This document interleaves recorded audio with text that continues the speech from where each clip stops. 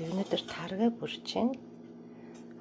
Тарга бүрхэхдээ сүүгээ хүүтэн байхад нь жоохон тасалж аваад савнд тэгээд хөрөнгөө хийгээд сайн хутгаад тэгээд халаасан зүүн дээрээ хийгээд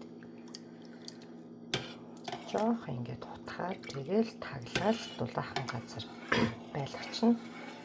Би одоо ингээд өглөө 9 цагийн үед бүрж байна. Энэ маань орой нэг 5-6 цагийн үед сайхан бүрлдчихнэ. Тэгэнгүүт савлаад хөрөгчөндөө хийгээд хомуулчихна. Тэгээд энэ хөрөнгөө дуусгахаас өмнө таргаа бүрээд ин гэсэн үг. Таргиныхаа хөрөнгийг хаанаас авдаг вэ гэд хүмүүс аяух асуудаг.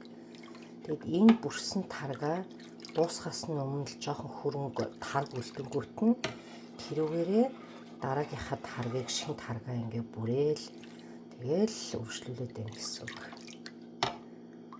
За ингээл болчихж байгаа. Нэг их айхтар тэгж удаан өрөм загсааж байгаа юм шиг санах шаардлага байхгүй.